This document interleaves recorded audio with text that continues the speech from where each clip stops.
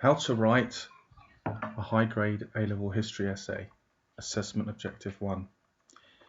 It's really important that there is complex judgment of change and continuity in this essay. Absolutely critical. What does that mean? The ability to see change and the ability to recognize a long continuous process.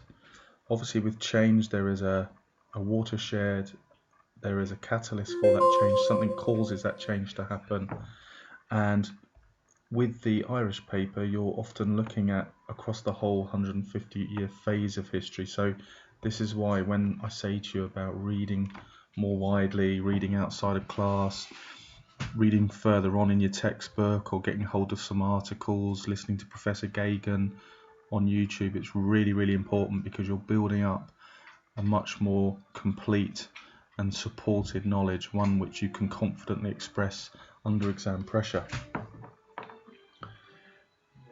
The second thing that you need to do is to be able to analyze and substantiate in a kind of package.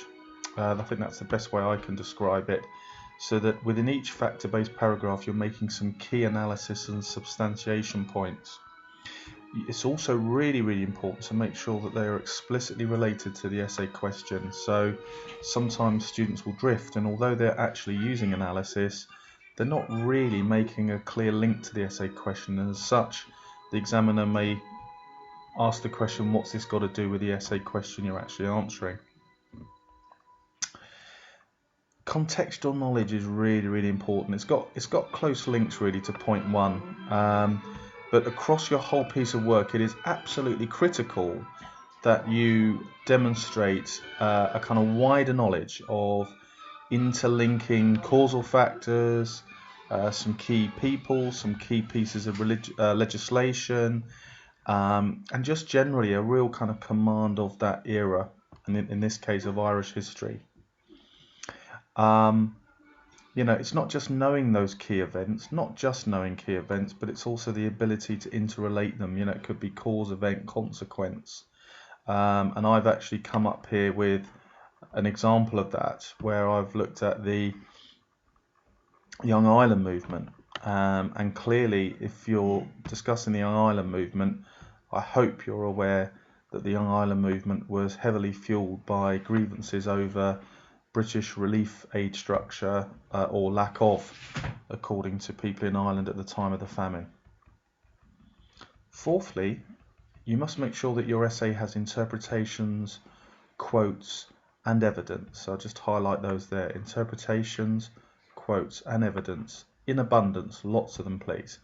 Equally spread across your essay as much as possible.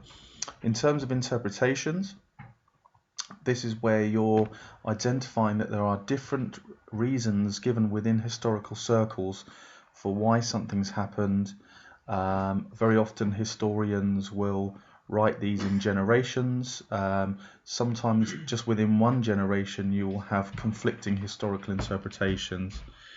This is quite, it's very well developed within the famine area, and outside of your course there's a very strong list of interpretations generationally looking at the origins of World War I.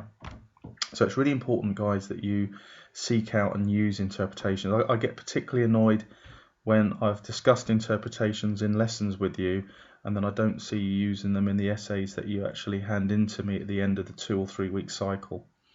Quotes, straightforward, out of textbooks, out of articles, off the web. Quotes are valued. Make sure they're relevant, but once they're relevant they are really powerful, and they're definitely a feature of trying to access a higher grade in your essay. It's one of the expected features. Also evidence, and I think of the three, probably evidence is the simple layer, that having made your point you support it with some evidence. It could be an example of a battle, of an act of parliament, of a riot. So that's really what I'd call the lower level of those three, and I think it goes from the lowest to evidence, to quotes, and then to interpretations. Ideally you really want to have a mixture of all three, and they don't have to be packed together every time you intend to use one. It's just a question of trying to get them frequently across the whole essay. And as I said at the beginning, absolutely vital if you're looking to access high grades such as from B to A star. Moving on to point 5, it's really, really important that there must be a critical analysis of key events and incidents that you have identified. So in other words, a critical analysis is one in which you are aware of more than one reason for this happening, but you're also aware of more than one interpretation related to this. So it kind of links back to 4 and this discussion on interpretations. Critical analysis is definitely a higher grade skill.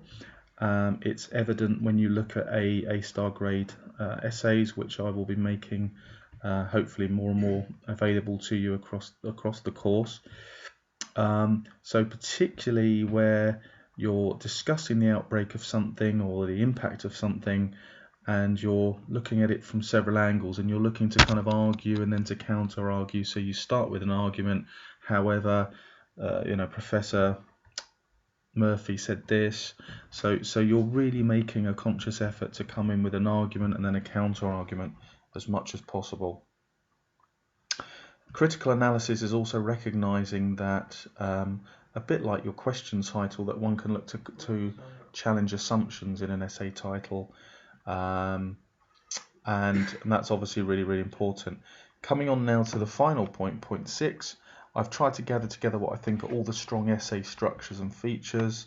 So you've almost got a checklist, and when you finish writing your essay at home or at school, you can go down through and say, have I done all of these before I send it off to Mr. Anderson? First of all, it's really important in year 13, top end of History A level, that you're attacking and clarifying what you believe are assumptions in the essay title.